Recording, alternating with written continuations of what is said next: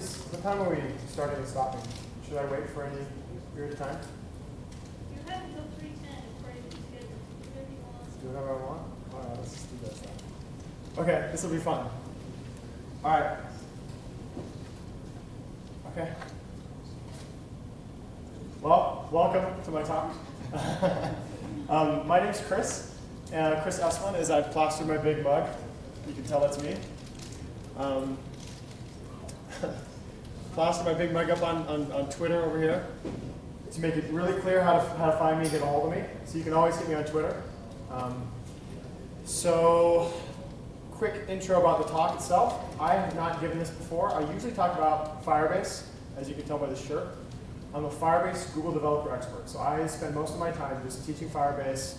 I publish online about Firebase. I've got YouTube videos. I've been doing this Firebase thing since about 2013. And that's kind of my big hook in the tech community. I write JavaScript, and I evangelize Firebase. I use Firebase constantly. But this talk's a little bit different, and I'm going to probably, it'd be really nice if we get some back and forth, some questions and stuff, because I have no idea if this is even going to be that interesting. I'd like to make it interesting. It's interesting to me. And so if you guys want to guide and ask questions and sort of show me where to go, where you'd like to go, that'd be awesome. I just have like 4 pages of notes on stuff I'd like to talk about, because this is sort of, I'm going to be talking about my experience, my sort of side hustle experience that I went through for the last 7 years or so. And I talk about this a lot just in day-to-day life, but I've never gotten up and talked to any big groups of people about it before. So this is very new and it's going to be interesting.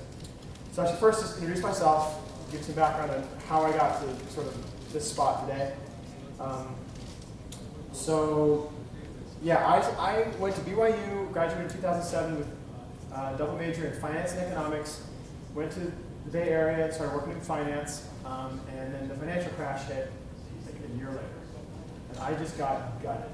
And I came back, I got fired, I came back to Salt Lake City with my tail between my legs, just like broke, no leads, nothing to do. I was just bored for about 10 months looking for a job in finance.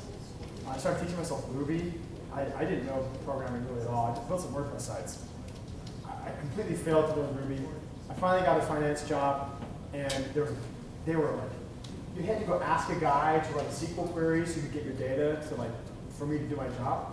And one day I was like, I think I can figure out how to write these queries myself. So I went and talked to somebody, got a login. I started writing on the SQL queries, and one thing led to another. A couple years later, I took a job as a full-time developer, and that was sort of this is it. This is my thing. And that was late 2011 that I made that job. But unfortunately, I went to a really sketchy company in Provo. It was like a marketing company. And so, if any of you have had this experience before, it may sound really familiar. You guys laugh at something else. No. You've been there? Marketing companies in Provo. Okay. Yeah, I signed some, the paperwork I was signing when they took me on, this contract isn't valid. Where'd you come up with this? These guys were weird. So I signed it, and I needed a job. I wanted to be a developer, and so I signed it, and I went along with it. And it was just the most bizarre experience. They were super fraudulent. We got sued out of existence. I got fired from there 5 months later, and then we went out of business shortly thereafter. But I'd already lined up my next big gig. I worked at Task. We used to be at Task. It's now Workfront. And I'd lined it up. And my wife had been teaching these calligraphy classes, sort of just ad hoc. And she'd been working on a blog. So she had this blog with about 60,000 visitors a month at the time. And that was back when blogs were a big deal back in 2011. Everyone was reading blogs, Instagram wasn't a thing. So I just said, you know what? I pushed my start date back a month. And so I actually gave myself 2 full months to start building a business to teach calligraphy online.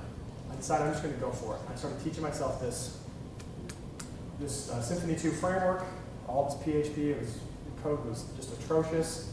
And started building this website. And we launched, I started my job in January or February of 2012, and about a month or two later, we launched calligraphy. Calligraphy became calligraphy.org under a really bad URL my wife picked that I'm not gonna talk about. But we launched that business and we started getting some sales. She had the blog, and so it was a basis of like users we could advertise to that liked her and liked what she did. And so we started advertising to them, and we had about 2,000 people on the email list who signed up just via a little email capture on the blog, like, do you want to learn calligraphy? Put your email in here, we'll tell you when we got something for you. And so we had that up for those 2 months, or 3 months that we launched, and we got our first sale like the first day. And then the next day we got like another sale. And we were making sales like one a day, just sort of right out the gate. This was really great. And then each sale, we netted about $100. So it's like $100 a day. It's awesome. I figured, I told her, I think this will probably peter out in like a month or two. Like you're going to go through that email list and just be done. But then about a year later, we were up to like 2 sales a day. And we were starting to break about 2.5 sales a day. And I'm like, I should probably quit my job. So at that point, you're making about $250 a day. I think that's like something like $60,000 a year if you annualize it out. No health insurance, no nothing. Like that's just top of the line. That's the money coming in the door, 60 grand. And I realized at that point that if I didn't quit my job with $60,000 a year coming in, I was just a weenie. Like I had to just do it. Like if I don't do it, I'm not ever going to do it. So I'm just going to do it. And so I just did it. And the business did not grow at all for like 6 months, and just like petered along. And I started spinning up projects on other things I wanted to build. Like, oh, I really want to do this. I want to do this project and this project. We started spinning up all these little side projects, and none of them worked. They were horrible. Like I'd only been developing for a year or two. I did not know what I was doing, and the business was just sort of bouncing along. Fortunately, a friend of mine had started a very successful business in Silicon Valley. I met him while I was there doing finance stuff. And he said, and I was talking to him about the business, and he's like, well, your business, have you really seen how far you can grow this thing? I'm like, no, I don't know if it's going to grow much. It just sort of was like, kind of Peter bouncing along. He's like, you should probably put some effort into it. Like, really put some real effort into it and see if it'll grow, and then do something else. I'm like, okay. So I got back from this visiting him, and I'm like, I'm gonna redesign the site from scratch. I'm gonna go all in and just for like a year just try to build a business. So I redesigned the site, and that helped a little bit. But we weren't shipping calligraphy kits to people. We were saying you need to go out and buy a kit, then come back and purchase our class, and buy your supplies, come back, purchase the class. Here's some Amazon links. Buy your stuff, come back and purchase the class.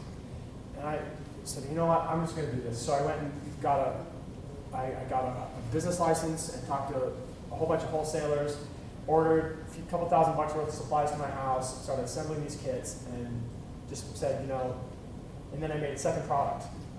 So there was